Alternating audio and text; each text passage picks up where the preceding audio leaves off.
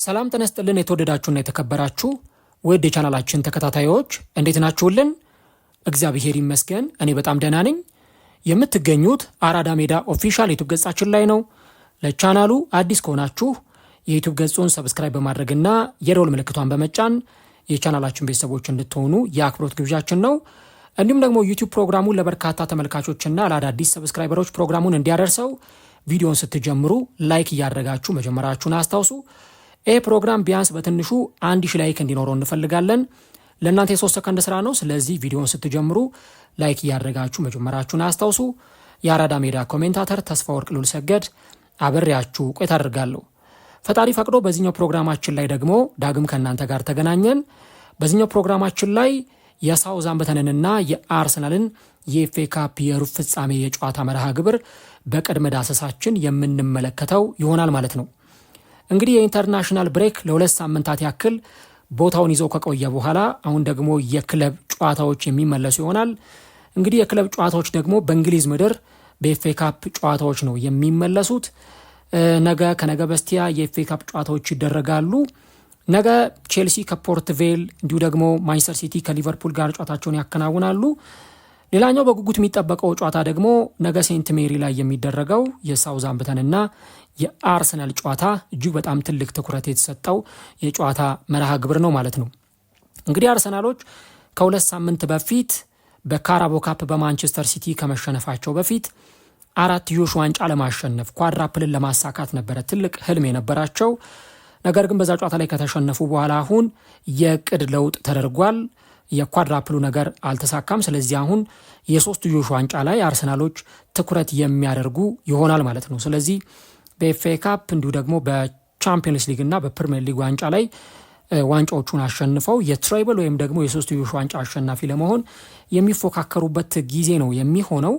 እንግዲህ አርሰናል ከሳውዛምፕተን ጋር እንደሚደርሰው ሲታወቅ የአርሰናል ደጋፊዎች ደስታቸውን የገለጹበት ወቅት እንደነበረ ሁላችንም እናስታውሳለን።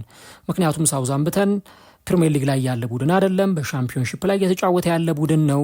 ስለዚህ ሻምፒዮንሺፕ ላይ ደግሞ ያለ ቡድን ስለሆነ አርሰናል ሳውዛምፕተንን በቀላሉ አሸንፎ ወደ ግማሽ ፍጻሜው ያልፋል የሚሉ ቅድመ ግምቶች በበርካቶች ሲሰጡ እንደነበረ ስናይ ቆይተናል። ነገር ግን ደግሞ አንድ ልንመለከተው የሚገባ ጉዳይ አለ። በተለይ ደግሞ ሳውዛምፕተን አሁን ወደ ሻምፒዮንሺፕ ወረደ እንጂ ቅርብ ጊዜ ላይ ፕሪሚየር ሊግ ላይ ስንመለከተው የነበረ ቡድን ነው። ከዚህ በተጨማሪ ደግሞ አሁን ባለበት ሻምፒዮንሺፕም ፎርም ላይ ያለ ቡድን ነው። በተለይ በተከታታይ ባደረጋቸው ጨዋታዎች ላይ እያሸነፈ የመጣ ቡድን ነው። ለምሳሌ ኦክስፎርድ ዩናይትድን፣ ኖርዌይ ሲቲን፣ ራሱ የሊጉ መሪ ኮንቬንተሪን አሸንፎ የመጣ ቡድን ነው። ፉልሃምን ከኤፍኤ ካፕ ውድድር አስወጥቷል። እንዲሁ ደግሞ ሼፊልድ ዌንስዴይን፣ ኪፒአርን እንዲሁ ደግሞ ሌስተር ሲቲን እና ደግሞ በተከታታይ ሌስተር ሲቲን በሻምፒዮንሺፑም በኤፍኤ ካፑም ያሸነፈ ቡድን ነው እና ሚናቅ አይነት ፐርፎርማንስ ያለው ቡድን አይደለም። በጣም ብዙ ጊዜ የሚገርመኝ በተለይም ደግሞ እንዲህ አይነት የጨዋታ ትንታኔዎችን በምሰራበት ወቅት ላይ በተለይ ደግሞ አርሰናል ጨዋታዎቹን ሲያከናውን እነዚህ ቡድኖች ከበድ ያሉ ተጋጣሚ ሊሆኑ ይችላሉ የሚል ነጥብ ሳነሳ ብዙ አድማጮች ኮሜንት ላይ የሚሰጧቸው ሀሳቦች አሉ። ለምንድን ነው አርሰናል የሚከብደው ጨዋታው ለምን ይከብደዋል ብላ ሀሳብ ትሰጣለህ የሚሉ ሀሳቦችን እመለከታለሁ። እና እግር ኳስን ስትመለከቱ ሁልጊዜም በሚዛናዊነት እና ደግሞ ትክክለኛውን እይታ ተመልክታችሁ ጨዋታውን ለመመልከት ሞክሩ። እና ደግሞ ሁልጊዜም የጨዋታ ትንታኔም ሲሰራ ሚዛናዊ በሆነ መንገድ ነው የሚሰራው እንጂ የሆነም ቡድን ብቻ ጥንካሬ መዘናውተን አይደለም የምንመለከተው። ለምሳሌ አርሰናል የባለፈውን የማንስፊልድን ጨዋታ ሲያከናውን ማንም አርሰናል በዛ ልክ በማንስፊልድ ይፈተናል ብሎ የጠበቀ ሰው አልነበረም። ነገር ግን አርቴታ ዋና ተጫዋቾቹን ቀይሮ ለማስገባት እስከ መገደድ ደረጃ ሁሉ የደረሰበት ጨዋታ ነበረ። ተቀይሮ የገባው ኤቤሬቼዜ ጎል አስቆጥሮ አርሰናል ያንን ጨዋታ 2-1 አሸንፎ ወጣ እንጂ ጨዋታው ለአርሰናሎች እንደው በጣም በተጋነነ ሁኔታም ባይሆን ይሄ በጣም ኤግዛጁሬት የተደረገም ባይሆን ነገር ግን ደግሞ አርሰናል በዚህ ያንን ጨዋታ ለማሸነፍ ፈታኝ የሆነ እንቅስቃሴ ከማንስፊልድ ገጥሞት ነበረ። ሊያንድሮ ትሮሳርድ ተቀይሮ የወጣበት የመጀመሪያውን አጋማሽ ተመልክተናል። በኋላ ኤቤሬቼዜ ተቀይሮ ገብቶ ነው 66ኛው ደቂቃ ላይ የማሸነፊያውን ጎል ያስቆጠረው። በዛ ጨዋታ ላይ ደግሞ ካላፊዮሪም ተጎድቶ ሲወጣ እንደነበረ ታስታውሳላችሁ። ስለዚህ ጨዋታዎችን አንደርዶግ አድርጎ መመልከት ወይም ደግሞ ዝቅ አድርጎ መመልከት በኋላ ላይ ለቡድኖቹም ዋጋ የሚያስከፍል ነገር ሊኖረው እንደሚችልም ደግሞ በዚሁ አጋጣሚ ማየት ያስፈልጋል። ከዚህ በተጨማሪ አርሰናል ከወልቭስ ጋር ተጫውቶ በፕሪሚየር ሊጉ የመጀመሪያውን ዙር እንዴት ተፈትኖ እንዳሸነፈ፣ በሁለተኛው ዙር ደግሞ እንዴት ነጥብ እንደጣለ ተመልክተናል። ስለዚህ ቡድኑ አርሰናል ስለሆነ ወይም አርሰናል ስላልሆነ ሳይሆን ያ ከነሱ ጋር የሚጫወተው ተጋጣሚው ቡድን ምን አይነት ጥንካሬ ይዞ ሊመጣ ይችላል።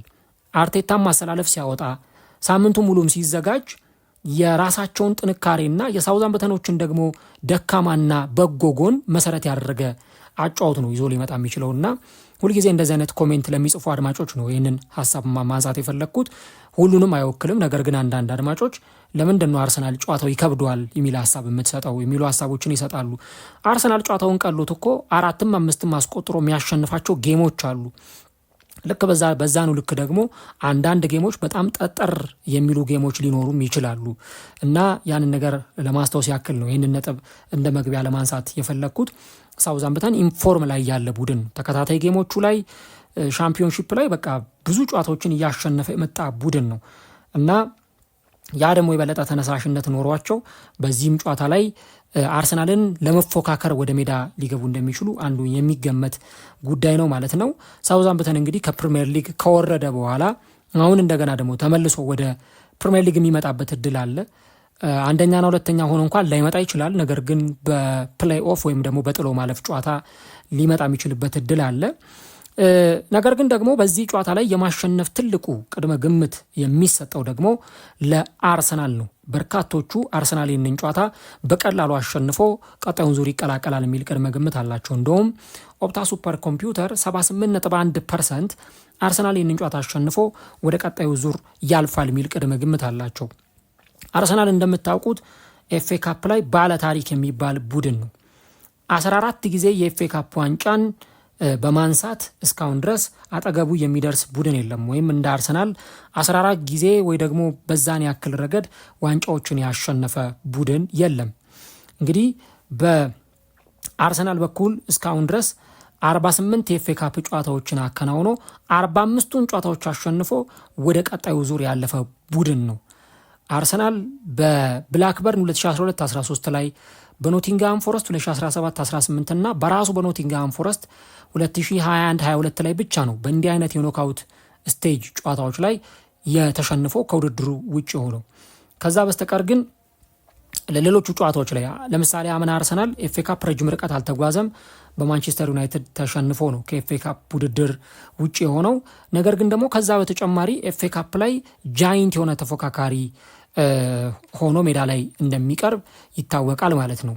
በአርሰን ቬንገር ስር ደግሞ በርካታ ኤፍኤ ካፖችን ያሸነፈ ቡድን ነው። በተለይ 2005 ላይ ከዚህ በተጨማሪ በ2014 ሃል ሲቲን በማሸነፍ ቀጥሎ ደግሞ አስተን ቪላን ራሱን አሸንፎ 2017 ላይ ደግሞ ቼልሲን አሸንፎ በአርቴታ ዘመን ስርም እንደዚሁ ያን ነገር ሲያደርጉት ተመልክተናል እና አርሰናል እና ኤፍኤ ካፕ የተጋመደ ወይም ደግሞ የተሳሰረ ታሪክ አላቸው። ሁልጊዜ አርሰናል ኤፍኤ ካፕ ላይ ሲመጣ በዛ አይነት መንገድ እንደሚመጣ ይታወቃል እና ያንን ነው እንግዲህ አሁንም በዚህ ጨዋታ ላይ አርሰናል ይህን ነገር ሊያሳይ ይችላል። እስከ ውድድር ዓመቱ መጨረሻ ድረስ እስከ ፍጻሜ ድረስ የሚያደርሰውን ውጤት ለማስመዝገብ ከፍተኛ ጥረት ያደርጋል ተብሎ የሚጠበቀው። ማንቸስተር ዩናይትድ ከአርሰናል ቀጥሎ 13 ኤፍኤ ካፖችን ያሸነፈ ቡድን ነው። ከዛ በኋላ ቼልሲ፣ ሊቨርፑል፣ ቶተንሃም 8 ኤፍኤ ካፖችን ያሸንፈዋል። ማንቸስተር ሲቲ እና አስቶን ቪላ ደግሞ 7 ኤፍኤ ካፖችን ያሸነፉ ቡድኖች ናቸው ማለት ነው። ከዛ በተጨማሪ ግን ለሳውዛምፕተን ታሪክ ጥሩ ነገርን ይዞ አይመጣም። እንግዲህ በባለፉት ባከናወናቸው 5 የኤፍኤ ካፕ የሩብ ፍጻሜ ጨዋታዎች ላይ ማሸነፍ አልቻሉም። በተለይ ከትልልቅ ቡድኖች ፕሪሚየር ሊግ ላይ ከሚጫወቱ ቡድኖች ጋር ያንን ነገር ማድረግ አልቻሉም። ለምሳሌ በ1978-79 አርሰናልን ገጥመው ከውድድሩ የተሰናበቱበት ወቅት እንደነበር ይታወሳል። ስለዚህ አሁንም ኤፍኤ ካፕ ላይ ያንን መጥፎ ታሪካቸውን ይዘው ነው ወደዚህ ጨዋታ የሚመጡት ማለት ነው። የሳውዛምፕተን በተለይም ደግሞ አሁን በነገው ጨዋታ ላይ አርቴታና ረዳቶቹ እንዲሁም ተጫዋቾቹ የሚጠብቃቸው ትልቁ የቤት ስራ የሳውዛምፕተንን መከላከል እንዴት አድርገን እናፈራርሰዋለን፣ እንዴት በምንፈልገው ረገድ ጎሎችን እናስቆጥራለን የሚለው ነው ትልቁ ነጥብ የሚሆነው። ምክንያቱም ኖቲንግሃም በሳውዛምፕተን በኩል በተለይ በዚህ ዓመት ያላቸው አንዱ ትልቁ ጥንካሬ የተከላካይ መስመራቸው በጣም ጠንካራ የሚባል ነው። ለምሳሌ ባለፈው በኤፍኤ ካፑ ፉልሃምን ወደ ክራቨን ኮቴጅ መጥተው የፕሪሚየር ሊጉን ቡድን አሸንፈው 1-0 በሆነ ውጤት ከውድድሩ ውጪ ሲያደርጉት በጣም ጥብቅ የሆነ መከላከል ነበራቸው። 5 ሙከራ ብቻ ነው የሞከሩት። ከ5ቱ 3ቱ ነበረ ኢላማውን የጠበቀ የነበረው። 62 በመቶ ብቻ ነው ኳስ የተቆጣጠሩት። ያ ማለት ረጅም ደቂቃ ወደ ራሳቸው ግብ አፈግፍገው አጥር ሰርተው ይጫወታሉ። ከዛ ግን በመልሶ ማጥቃት ወይ በካውንተር አታክ የሚያገኟቸውን እድሎች ለመጠቀም ይሞክራሉ ማለት ነው።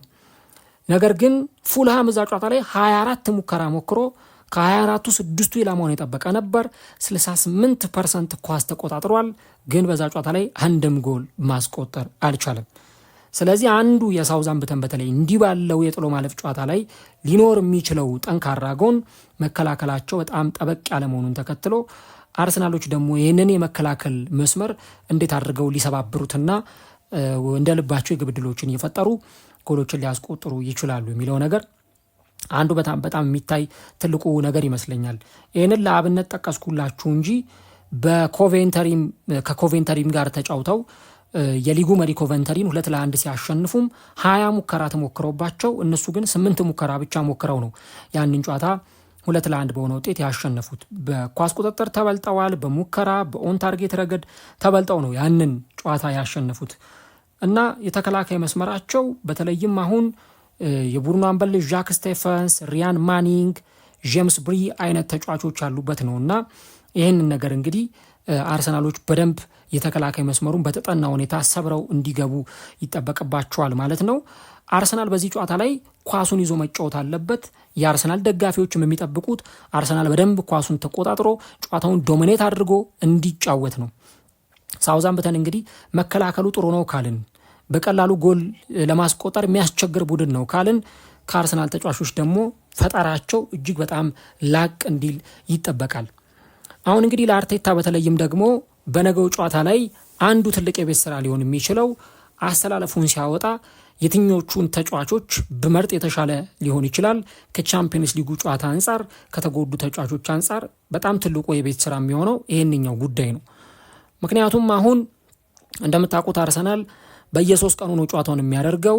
ማክሰኞ ዕለት ደግሞ ይህንን ጨዋታ ካደረገ ከ2 ቀን በኋላ ማለት ነው ስፖርቲንግን በፖርቱጋል ሊዝበን የሚገጥም ይሆናል በቻምፒየንስ ሊግ የመጀመሪያ ዙር የሩብ ፍጻሜ ጨዋታ። ስለዚህ በነገው ጨዋታ ላይ ለምሳሌ እነ ቪክተር ዮኬሬስን ቋሚ ላይ ያደርግ የሚችልበት እድል አለ። እንደነ ቡካዮ ሳካ አይነት ተጫዋቾች ቋሚ ላይ ሆን የሚችሉበት እድል ሊኖር ይችላል። ግን ደግሞ በሳካ ቦታም አማራጭ የለም። ኖኒ ማድዌኬ ተጎድቷል። ስለዚህ የተጎዱ ተጫዋቾችም አሉበትና እነዛን እንዴት አርቴታ አሸጋሽጎ በጨዋታው ላይ የተሻለ ነገር ሊያሳየን ይችላል የሚለው መሰረታዊ የሚታይ ጉዳይ ነው። በእርግጥ አርቴታ ኤፍኤ ካፕ ላይ ካራቦ ካፕ ላይ ለሌሎች ተጫዋቾች ወይም ተጠባባቂ ወንበር ላይ ለሚቀመጡ ተጫዋቾች ብዙ ድሎችን ሲሰጥ እንመለከታለን። ግን አንዳንድ ተጫዋቾች ደግሞ ዋጋ የሚያስከፍሉ ስህተቶችንም ሲሰሩ አይተናል። ለምሳሌ የባለፈው ጨዋታ ላይ ኬፓ በጣም ግልጽ የሆነ ስህተት ተሳስቶ ነው ሙሉ ለሙሉ የአርሰናልን ሞመንተም ያበላሸው። ሙሉ ለሙሉ የአርሰናልን የማሸነፍ ስነ ልቦና የማሸነፍ ወኔ እንዲጠፋ ያደረገው ያ የኬፓ ስህተት ነው። ምናልባት እንደው በገለልተኛ አይን ብትመለከቱት ዳቪድ ራያ ያንን ኳስ ይይዘዋል ብላችሁ አፋችሁን ሞልታችሁ የምትናገሩበት ኳስ ነው። ግን ደግሞ ኬፓ ያ ኳስ አመለጠው፣ ኦራይሊ ያስቆጠረ። የአርሰናሎች መከላከል የአርሰናሎች ስነ ልቦና የወረደው ከዛች ሞመንት በኋላ ነበረ። ያን ነገር እናስታውሳለን። እና አርቴታ በርግጥ ሲጠየቅ አመቱ ሙሉ ካራቦ ካፕ ላይ ኬፓ ሲሰለፍ ቆይቶ አሁን ሌላ ግብ ጠባቂ ማሰለፍ ምናልባትም ደግሞ ፍትሃዊ ላይሆን ይችላል የሚል ሀሳብ ቢሰጥም ነገር ግን እንዲህ አይነት ጨዋታዎች ላይ ደግሞ ውሳኔውን መልሶ እንዲያጤ ነው ውሳኔውን የበለጠ እንዲመረምረውና እንዲመለከተው እድል የሰጠ ጨዋታ ነው። በቃ አርቴታ በደንብ ተምሮበታል። እዛ ጨዋታ ላይ የትኛውን ተጫዋች መቼ በየትኛው ምሽት ላይ ነው ማሰለፍ ያለብኝ የሚለውን ነገር በደንብ የተማረበት ጨዋታ ነው እና በእንዲህ አይነት መንገድ ላይ ደግሞ አሁንስ የትኛውን ግብ ጠባቂ ሊያሰልፍ ይችላል? እስቲ እናንተ እንደ አርሰናል ደጋፊ አርቴታ ነገ ማንም ቢያሰልፍ ይሻላል ትላላችሁ? ኬፓ ቢገባ ይሻላል ወይስ ደግሞ ዳቪድ ራያ ቢጀምር ይሻላል የሚለውን ሀሳባችሁ ልሰጡበት ይችላላችሁ።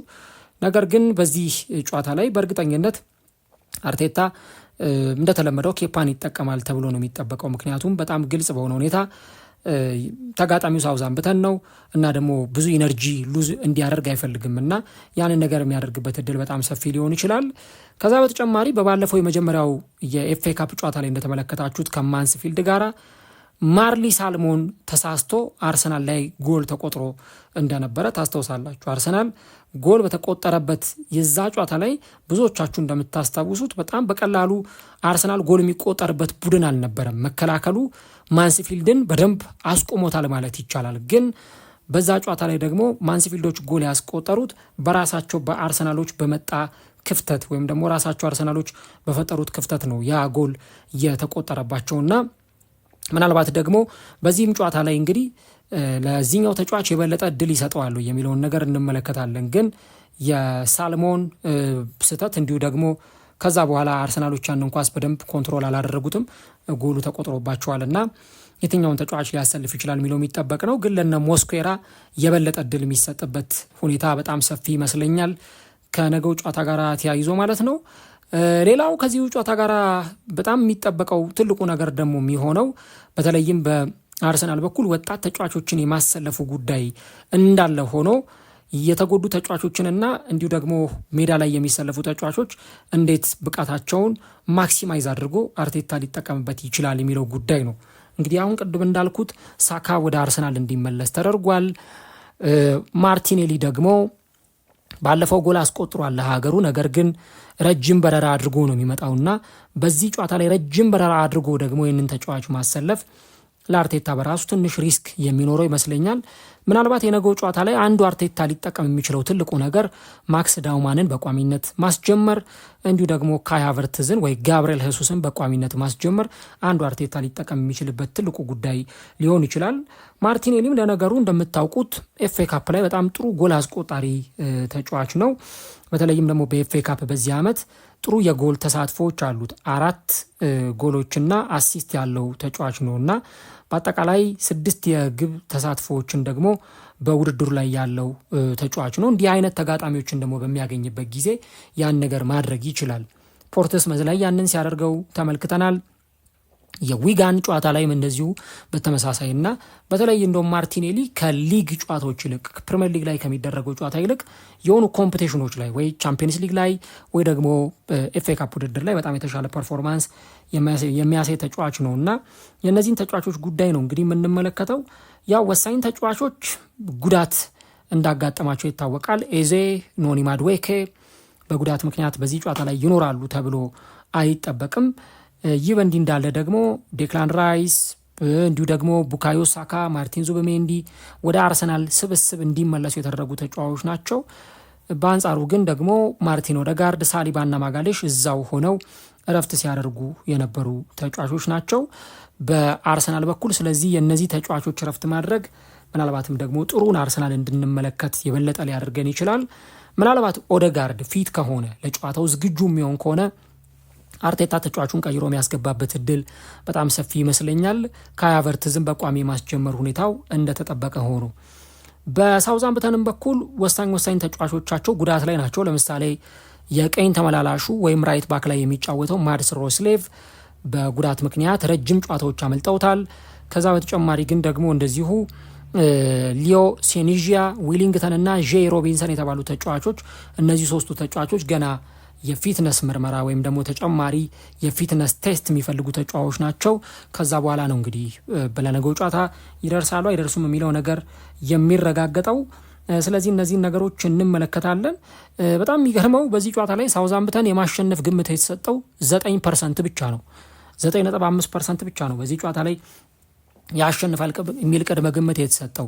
ምናልባት ጨዋታውን በሜዳቸው ማድረጋቸው፣ የደጋፊው ድባብ፣ እነዛ ነገሮች እንግዲህ ለሳውዛምፕተን እንደ በጎ ነገር የምንመለከታቸው ካልሆኑ በስተቀረ አርሰናል በዚህ ጨዋታ ላይ ይቸገራል የሚል ቅድመ ግምት የለም። ምናልባት የሳውዛምፕተን በዚህ በሰሞኑ በተመለከትናቸው ጨዋታዎች ተከታታይ ድሎችን ማስመዝገቡ ጥሩ ፎርም ላይ ያለ ቡድን መሆኑን ካላነሳን በስተቀረ ለአርሰናል ይህ ጨዋታ አስቸጋሪ ይሆናል ተብሎ አይጠበቅም ማለት ነው። ስለዚህ ይህ የኤፍኤ ካፑ ጨዋታ አርቴታ በደንብ በትኩረት የሚመለከተው ጨዋታ የመሆኑ እድል በጣም ሰፊ ነው። እስከ ፍጻሜ መድረስ ዋንጫውን ማሸነፍ አርቴታ ምንም ወደኋላ የሚልበት ጉዳይ አይደለም እና ግን ጨዋታውን ደግሞ ለማሸነፍ በተለይም ወጣት ተጫዋቾችን፣ ታዳጊ ተጫዋቾችን ከዋና ቡድን ተጫዋቾች ጋር በማሰባጠር ነው ወደ ሜዳ ደግሞ ገብቶ ጨዋታውን ሊያከናውን የሚችለው። ለምሳሌ ሌፍት ባክ ላይ ሂንካፔ ወይ ካላፊዮሪ ከሁለት አንዳቸው ቤንች መሆናቸው አይቀርም። ለእኔ ግን ካላፊዮሪ በቋሚነት የሚጀምር ይመስለኛል። ምክንያቱም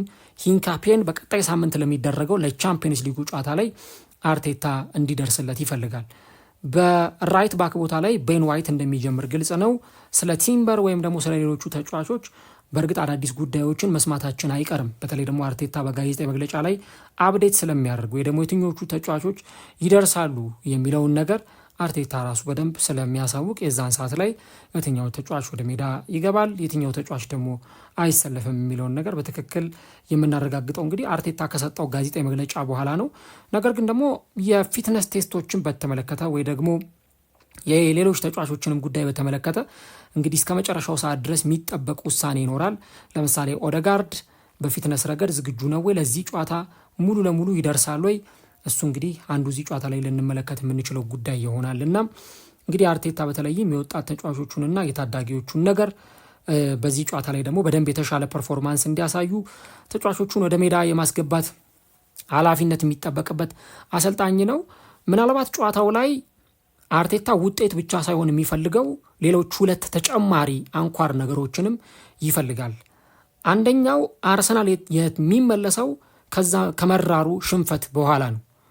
ያ በጣም አስቀያሚ የሚባል ሽንፈት፣ እንደዛ በጉጉት የጠበቁት የካራባኦ ካፕ የፍጻሜ ጨዋታ ሳይሳካ ቀርቷል። ስለዚህ አሁን እንደገና አርሰናሎች ወደ አሸናፊነት፣ ወደ ድል፣ እንደገና ደግሞ ወደ ማሸነፍ ሜንታሊቲና ስነልቦና አርሰናሎች መምጣት ይፈልጋሉ። ስለዚህ በእንዲህ አይነት ጨዋታ ላይ ደግሞ ጨዋታውን ማሸነፍና በጨዋታው ላይ ወደ ቀጣዩ ዙር የማለፍ ውጤትን ማስመዝገብ አርሰናሎች ወደ ኋላ የሚሉበት ነገር አይደለም እና ይሄም ጨዋታ ደግሞ አርሰናሎች በተለይ ጨዋታውን አሸንፈው ወደ ማሸነፍ ሜንታሊቲ መመለሳቸውን አሁንም ጠንካራ የሆነ የአእምሮ ዝግጁነት አለን ብለው ለተቀረው ዓለም ማሳየት የሚችሉበት ጨዋታም ስለሚሆን አንዱ በአርሰናል በኩል ጨዋታውን ማሸነፍ ወደ ኤፍ ኤ ካፕ ቀጣዩ ዙር ማለፍ ብቻም ሳይሆን ትልቅ ደግሞ የቤት ስራ የሚጠብቃቸውም ወደ ማሸነፍ መንገድ እንዲመለሱ እድል የሚሰጣቸው ጨዋታ ይሆናል ማለት ነው። በተለይ እንዲህ አይነት ጨዋታዎችን ስታደርግ የሆኑ ጨዋታዎችን ማሸነፍ ለቀጣይ ለምታደርጋቸው ጨዋታዎች ጥሩ እድል ሊሰጥ ይችላል እና ያ በጣም አንዱ ትልቁ ነገር ነው ማለት ይቻላል በአርሰናል እና የነገውን ጨዋታ በማሸነፍ ጉዳይ ዙሪያ።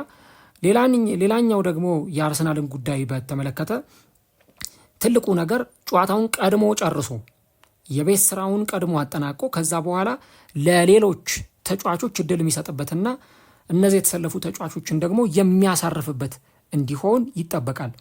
ለምሳሌ በነገው ጨዋታ ላይ ሳካ ቋሚ አይጀምርም ብዬ ነው ማስበው ብያቸዋለሁ። ነገር ግን ማርቲኔሊ ቋሚ የሚጀምር ከሆነ ማርቲኔሊን ደግሞ ቀይሮ ሊያስወጣውና ለሌላ ተጫዋች እድል ሊሰጥ የሚችልበት አይነት ሁኔታ ሊፈጠር ይችላል። በነገው ጨዋታ ላይ ወይ ሳሊባ ወይ ማጋሌሽ አንዳቸው መጀመራቸው አይቀርም። ምክንያቱም ከማርሊ ሳልሞን ጋር አብረው ሴንተር ባክ ቦታ ላይ እንዲጫወቱና አንደኛው ተጫዋች ደግሞ ረፍታ አግኝቶ ለቀጣዩ ጨዋታ ዝግጁ ሆኖ እንዲመጣ ማለት ነው። ስለዚህ ያንን ነገር ደግሞ አርቴታ የሚያደርግ ከሆነ አርሰናል ምናልባት ቀድሞ በ20 ደቂቃ ውስጥ በ30 በ40 ደቂቃ ውስጥ 2-3 ጎል ካስቆጠረ ወሳኝ ተጫዋቾቹን እየቀየረ ለቀጣዮቹ ጨዋታዎች ከስፖርቲንግ ጋር በቻምፒየንስ ሊግ፣ በፕሪሚየር ሊግ ከቦርንመዝ ከማንቸስተር ሲቲ ጋር ለሚደረጉ ጨዋታዎች በደንብ ተጫዋቾቹን እንዲያሳርፍ እድል የሚሰጠው ጉዳይ ይሆናል እና ያኛው ደግሞ በተለይም ለአርቴታው ቡድን ትልቅ የሆነ ሪሊፍ የሚሰጠው ወይም እፎይታ የሚሰጠው ነው። ቀድሞ ጎል ማስቆጠር፣ ቀድሞ ጨዋታዎችን መጨረስ አርቴታ በተሻለ መንገድ ቀጣይ ጨዋታዎቹን እንዲያከናውን እድል ይሰጠዋል እና ያንን ነገር እንግዲህ የሚያደርግበት አንዱ ትልቁ ጉዳይ ጨዋታዎቹ ላይ ቀድሞ ጨዋታዎቹን መግደል አንዱ የሚጠበቅ ጉዳይ ሊሆን ይችላል። ግን አርቴታ ደግሞ አይ ሞስኩዌራንና ሳልሞንን አሰልፋለሁ ካለ ሳሊባንም ማጋሌሽንም በተረጋጋ ሁኔታ ቤንች ላይ አድርጎ ሊያስጀምር የሚችልበት እድል ሊኖር ይችላል ማለት ነው። ሶ እነዚህ ነገሮች በአርሰናል በኩል እንመለከታለን። ከዛ ውጭ ግን በተለይ ደግሞ ከጉዳት ጋርና የትኞቹ ተጫዋቾች ደግሞ ነገ ሊሰለፉ ይችላሉ የሚለውን ነገር ስንመለከት ቅድም እንዳልኩት ኖኒ ማዱዌኬ በዚህ ጨዋታ ላይ የሚሰለፍበት እድል አይኖርም። ሳካም ይጀምራል ተብሎ አይታሰብም። ማክስ ዳውማን በቋሚነት የሚጀምር ተጫዋች ሆናል ተብሎ ነው የሚጠበቀው። በነገው ጨዋታ ላይ እንግዲህ ኬፓ፣ ቤን ዋይት፣ ማርሊ ሳልሞን፣ ሞስኩዌራ፣ ካላፊዮሪ የነገው ጨዋታ ላይ በቋሚነት ይጀምራሉ ተብሎ ይጠበቃል። ኖርጋርድም እንደዚሁ በነገው ጨዋታ ላይ በቋሚነት የሚጀምርበት እድል በጣም ሰፊ ነው። ካይ ሃቨርትዝም እንደዚሁ ቋሚ ይሆናል የሚል እምነት አለኝ። ነገር ግን ደግሞ አርቴታ እንደኔ ነገ ምናልባት በጣም የሚደፍር ከሆነ ሉዊስ ስኬሊን የአማካይ መስመር ላይ አምጥቶ ቢሞክረው በጣም የተሻለ ነው። ፔፕ ኒኮ ኦራይሊን ደፍሮ ሌፍት ባክ ከማድረግም ባሻገር የአማካይ መስመር ላይ ሲያጫውተው ምን ያክል በጣም እንደጠቀመው ስንመለከት ነበረ እና አሁንም አርቴታ ደፈር ብሎ ምክንያቱም ነገ ሳውዛምፕተን ነው፣ ከአርሰናል በጣም በደረጃ ዝቅ ያለ ቡድን ነው። ስለዚህ በዚህ ሳውዛምፕተን ጨዋታ ላይ ሉዊስ ስኬሊን የአማካይ መስመር ላይ አምጥቶ መሞከር ለተጫዋቹ ጥሩ ድል የሚሰጠው ነው። ተከላካይ ቦታ ላይ ከሚያሰልፈው ካላፊዮሪን በግራ መስመር ላይ አምጥቶ ስኬሊን የአማካይ መስመር ላይ ቢያደርገው ይሄ የኔ ቴስት ወይም ደግሞ የኔ አማራጭ ነው። ምክንያቱም የሆነ ሰዓት ላይ ትክክለኛ የሆነውን ፖዚሽኑን ቦታውን ማግኘት የሚችልበት እድል ይኖራል። አሁን ትሬንት አሌክዛንደር አርኖልድ ጥሩ ፉልባክ ነው፣ ነገር ግን ደግሞ ጥሩ አማካይ ሆኖም መጫወት ይችላል። በባለፈው ጨዋታ ላይ ኒኮ ኦራይሊ እንደተመለከትነው ጥሩ ሌፍት ባክም ነው፣ ጥሩ የአማካይ መስመር ተጫዋችም ሆኖ መጫወት ይችላል። ስለዚህ ይህንኛውም ተጫዋች ደግሞ ነገ የአማካይ መስመር ላይ ቢሞክረው አንዱ የተሻለ አማራጭ ይሆናል። ማክስ ዳውማን እንደዚሁ ቀኝ መስመር ላይ የመጀመር እድሉ ሰፊ ነው። ጋብርኤል ሄሱስም እንደዚሁ በቋሚነት ሲጀምር ልንመለከተው እንችላለን። ነገር ግን ባልተጠበቀ ሁኔታ ደግሞ አርቴታ ቪክተር ዮኬሬስንም ፊት መስመር ላይ ሲያመጣው የምናይበት እድል ሊኖር ይችላል ማለት ነው። በአርሰናል በኩል ይህንን ቋሚ 11 ልናይ እንችላለን። በሳውዛምፕተን በኩል ፔርቲዥ የቡድኑ ግብ ጠባቂ ይሆናል የሚል ግምት አለ። ብሪውድ፣ ሃርውድ ቤሊስ፣ ማኒንግ፣ ዣንደር፣ ሮሜው፣ ፌሊዩስ፣ አዛዝ፣ ኤዶጂ እና ስቴዋርት ደግሞ የአማካይ መስመሩን እና የፊት መስመሩን የሚመሩ ተጫዋቾች ይሆናሉና ከዚህ ጨዋታ ጋር ተያይዞ እንግዲህ ይህንን ነው የምንመለከተው። ነገር ግን ደግሞ አርሰናል በተለይም ነገ ቀድሞ ጎል ለማስቆጠር ተደጋጋሚ እድሎችን የማይፈጥር ከሆነ የጨዋታው ደቂቃ እየገፋ በሄደ ቁጥር 70 ደቂቃ 75 ደቂቃ የሆነ በመጣ ቁጥር ጎሎችን ለማስቆጠር የሚቸገር ከሆነ ምናልባትም ደግሞ አርሰናል ከዛ በኋላ ኤክስትራ ጉልበት ለማውጣት ሊገደድ ይችላል እና ኤክስትራ ጉልበቶችን አቮይድ ማድረግ ተጨማሪ ጉልበቶችን በጣም መቀነስ ይጠበቅበታል አርሰናል። ምክንያቱም ቀጣይ ስፖርቲንግን ቦርንማውዝን እንደሚገጥም ቡድን ያላቸውን ጉልበት ሚኒማይዝ አድርገው ያንን ደግሞ ወደ ውጤታማነት መቀየር ይጠበቅባቸዋል። ነገር ግን ቅድም እንዳልኩት ኳስ ይዞ መጫወት፣ እያጠቁ የግድሎችን መፍጠር የአርሰናል ሴት ፒስ እንደተጠበቀው ነው። እነዛን የሴት ፒስ እድሎች መፍጠር በደንብ ከአርሰናል የሚጠበቅ ጉዳይ ይሆናል። ስለዚህ ጉዳይ ምን አሳባላችሁ? ማን ጨዋታውን ያሸንፋል? አርሰናል ጨዋታውን አሸንፎ ቀጣዩን ዙር ይቀላቀላል ወይስ ያልተጠበቀ ውጤት ይመዘገባል? ኮሜንት ላይ የገባችሁ ሀሳቦቻችሁ ልታስቀምጡልን እንችላላችሁ። ጨዋታው እንግዲህ ነገ ምሽት 4 ሰዓት ላይ በሴንት ሜሪ የሚከናወን ነው የሚሆነው። እንግዲህ ጨዋታ ደግሞ ምን አይነት ውጤት ያስመለክተናል? አርሰናሎች የሶስትዮሽ የዋንጫ ህልማቸውን ለማስቀጠል ትሬብል ዊነር ተብለው በውድድር ዓመቱ መጨረሻ ላይ ለመንገስ የሚያከናውኑትም ጨዋታ ስለሆነ ጨዋታው በጉጉት ይጠበቃል። ነገ ምሽት 4 ሰዓት ሴንት ሜሪ ላይ የሁለቱም ቡድኖች ጨዋታ የምንመለከት ይሆናል ማለት ነው።